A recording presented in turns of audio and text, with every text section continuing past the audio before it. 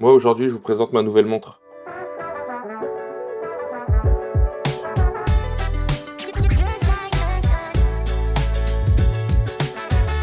Bienvenue sur la chaîne Les Tests de Cyril. Ici on parle de tech, audio, photo, vidéo, d'Apple aussi, et également de jouets tech. Et oui, les jouets tech c'est ma grande passion. Enfin ça devient celle de ma fille. Je crois qu'avec un papa big geek et qui fait une chaîne YouTube sur les tests de produits, je crois que je la contamine un petit peu. Et donc, eh bien, aujourd'hui, c'est un nouveau jouet que je vous présente. Alors, un jouet, attention, un jouet quand même pas mal, hein. Un jouet qui est une smartwatch pour enfants de la marque VTech. Donc, c'est KidiZoom Smartwatch DX2. Elle existe aussi en bleu, elle existe aussi en framboise ou en noir. Donc, il y a plusieurs déclinaisons. Bon, moi, c'est une fille, elle aime le rose. Donc voilà, alors ça se voit, on va regarder tous les détails. Après, on va faire le tour du propriétaire. Déjà, mimétisme des enfants, très clairement. Si les parents, ils ont des watches un peu connectés, je pense à mes copains Apple avec leur Apple Watch, mais il y en a d'autres qui ont des montres connectées, les enfants, bien sûr, aiment bien copier les parents. Ça, on le sait et on le voit assez fréquemment. Donc, comment va se passer ce test? Eh bien, c'est très simple. On va faire le tour de la Kidi Watch. Moi, je l'aime bien dire Kidi Watch. C'est la KidiZoom Smartwatch, mais je vais dire ça Kidi Watch ou la Watch. On va regarder ce qu'il y a à l'intérieur, comment elle fonctionne. On va faire un test de vidéo, parce que vous allez voir qu'elle a des petites fonctionnalités quand même qui sont intéressantes. Et puis après, une conclusion. Allez, c'est parti, on fait déjà le tour de la montre. Alors, je vais commencer par l'extérieur de la montre. Donc, petit tour. Alors, c'est une montre rose, voilà, tout en plastique. C'est assez épais à ce niveau-là. Bon, le bracelet va pas à un adulte, en tout cas moi j'ai des grands poignets, donc ça me va pas, mais pour un enfant, c'est quand même très suffisant. Ensuite, donc là, qu'est-ce qu'on a? Alors, je vais commencer par le dos. Au dos, il y a un petit bouton marche-arrêt. Donc, pour économiser la batterie, on peut le mettre sur le petit zéro pour le mettre en arrêt. Mais attention, il faudra, comment dire, forcément réinitialiser l'ensemble, c'est-à-dire régler l'heure, etc. Si après on laisse sur le 1, pour une utilisation quotidienne, d'ailleurs c'est conseillé parce que la petite phrase là nous dit de ne pas le mettre sur le 0. Ensuite, je continue, je fais le tour. Alors, au niveau des boutons, donc là j'ai un bouton Home. Ok. J'ai un bouton là pour la prise de vue, ici. J'ai une recharge en port. Alors ça m'ennuie un petit peu, je vous le montre. C'est protégé de caoutchouc. Donc ça, la protection, c'est plutôt bien. Mais par contre, le port, lui, m'énerve un petit peu. Parce que c'est un port. Alors, le câble est fourni avec, mais c'est un port micro USB. D'accord? Donc le micro USB, ça date un peu, on va se le dire. C'est pas terrible. Donc voilà, ça c'est dommage. Bon, je préfère le dire. J'aurais bien aimé un peu d'USB-C en 2023, même sur un jouet. Et dernier point, vous avez une caméra ici et une caméra là. D'accord? Donc c'est tout bête, mais ça fait partie des trucs qui sont, je trouve, intéressants. Donc ça, c'est tout ce qu'on a ici. Ensuite, donc là, vous voyez, les surveille. Là, on va rentrer dans les menus. Alors, dans les menus, hop, j'appuie une première fois. Voici ce qu'elle me met. Donc là, voilà. Donc, petite animation. Vous avez l'heure. D'accord. Je rappuie une deuxième fois sur le bouton Home. Hop. Donc là, pardon, je ne l'ai pas dit, mais j'ai les haut-parleurs qui sortent ici. Et donc là, j'arrive, j'ai plusieurs indications. En haut à droite, j'ai la batterie. Là, vous voyez, je suis un tout petit peu plus de 50%. J'ai l'appareil photo, j'ai la caméra, je peux aller voir la pellicule, je peux aller aussi sur des vocaux. Donc il y a vraiment tout un système de création de contenu, on va appeler ça comme ça. Ensuite, là, j'ai le jeu, j'ai un mode pour mon cerveau, j'ai encore des jeux derrière. Là, j'ai des photos rigolotes. J'ai des photos avec des cadrans, j'ai un jeu de maracas, de course, etc., etc. Donc il y a 4 cadrans, comme ça, donc ça fait 16. Il y a vraiment de quoi faire. C'est plutôt réactif au niveau de l'écran, quand vous voyez comment je balaye, etc. C'est même réactif quand je fais les informations. Alors là, vous voyez, là, c'est ma caméra du dessus que vous voyez ici. D'accord? Donc là, c'est plutôt pas mal. Et ici, je change. Là, je viens de prendre. Là, en haut à gauche, je peux changer l'orientation. Là, vous voyez, là, vous me voyez moi en train de filmer avec l'iPhone. Donc, voilà ce que ça donne. Donc là, pareil, pour prendre une photo, c'est tout à fait envisageable. Hop, si je fais défiler, je peux mettre des cadres. D'accord? Donc, il y a un petit côté créatif où on va choisir ces éléments-là. Et pour en ressortir, eh bien, comme d'habitude, je peux appuyer ici. Voilà. Là, je vais me mettre en mode vidéo. Mode vidéo, vous voyez, le bouton a changé, c'est le bouton REC, mais sinon, le reste est pareil. Et là, j'ai d'autres cadres que je peux mettre également.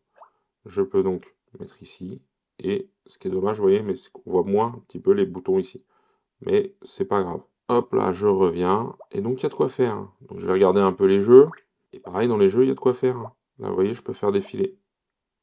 Là, il y en a 3, par exemple, ici.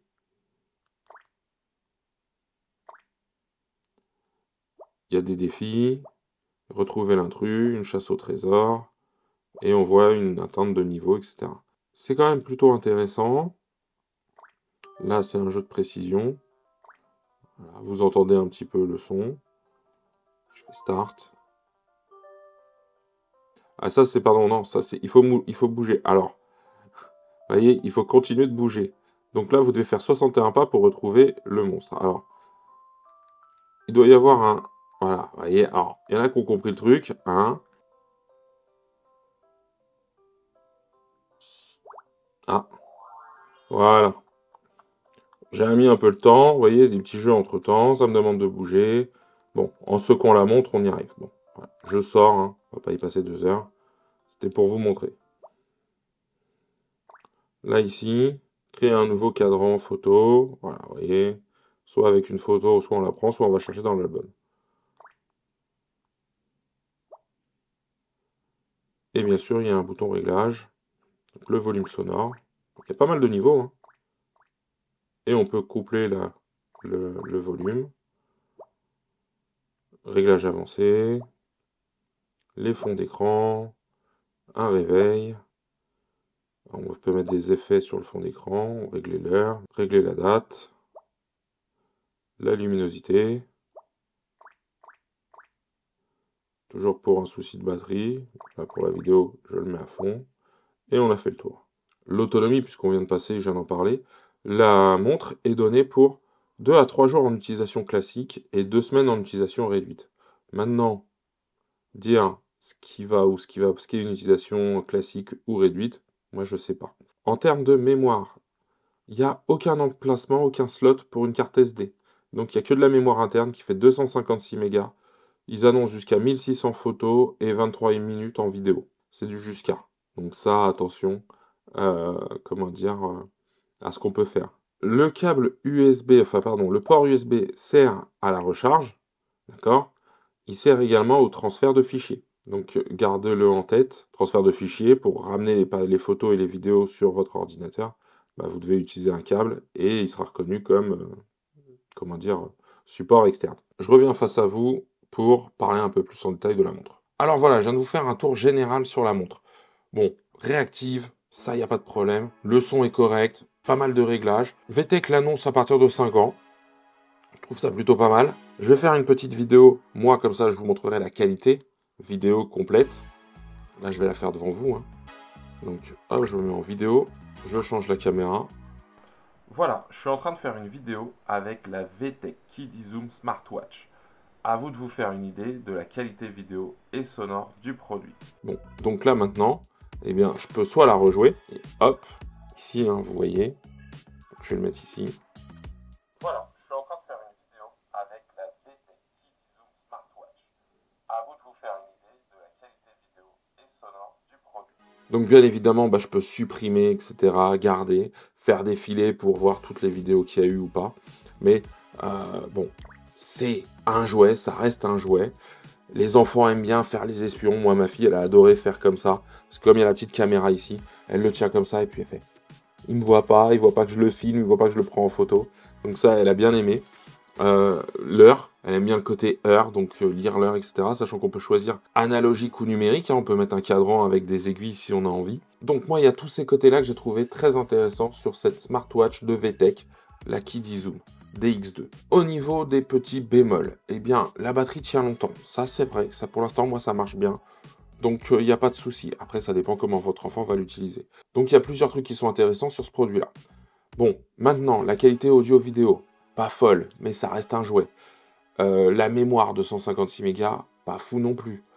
Mais le petit bémol, voilà, ça reste un petit bémol, mais c'est un jouet d'enfant, c'est l'écran. L'écran, d'après moi, peut vite se rayer. Il a des très légères micro-rayures. Dans ma fille, fait assez attention. Mais ça peut arriver, quoi. Voilà. Et puis, il n'est pas trop anti-choc. Hein, donc, je pense pas que si on l'éclate contre un mur ou un truc comme ça, si votre enfant n'est pas soigné ou s'il tombe avec, voilà. Et puis, ça craint l'eau. Hein, c'est pas étanche. Donc, il y a plein de petites contraintes auxquelles il faut faire attention. Dernier point, peut-être le plus difficile, c'est 80 €. Hein, entre 70 et 90, je vais faire une fourchette large, mais c'est plutôt aux alentours de 80 €. C'est assez élevé, hein, 80 €. Mais on vient de le voir, il y a quand même pas mal de choses en interne. Donc c'est assez élevé, mais voilà, ça reste dans ce qu'on peut trouver habituellement. Et pas dans un truc où ça tombe en panne toutes les 5 minutes, etc. Là, ça fait 3 mois, 4 mois qu'elle l'a. Donc ça marche plutôt bien et plutôt très contente. Moi, je peux la recommander, hein, si on a le budget, si notre enfant il est intéressé par ce type d'objet. Ouais, voilà, ça je peux le recommander, même si le prix est assez élevé. J'en ai terminé. Je vous invite, si vous l'avez jamais fait, à regarder. Il y a une playlist parents, jouets, etc. Parce que moi, j'y mets tous les jouets de ma fille. Parce que je me dis que ça peut toujours aider quand on veut faire un achat. Plutôt que d'aller dépenser 80 € juste comme ça et que l'enfant soit déçu, là au moins vous avez une vision un petit peu de ce que vous pourrez y trouver. Si cette vidéo vous a plu, eh bien pensez à mettre un pouce en l'air, à vous abonner, à activer la cloche. Il me reste à vous dire à très bientôt pour un nouveau test. Et d'ici là, prenez soin de vous.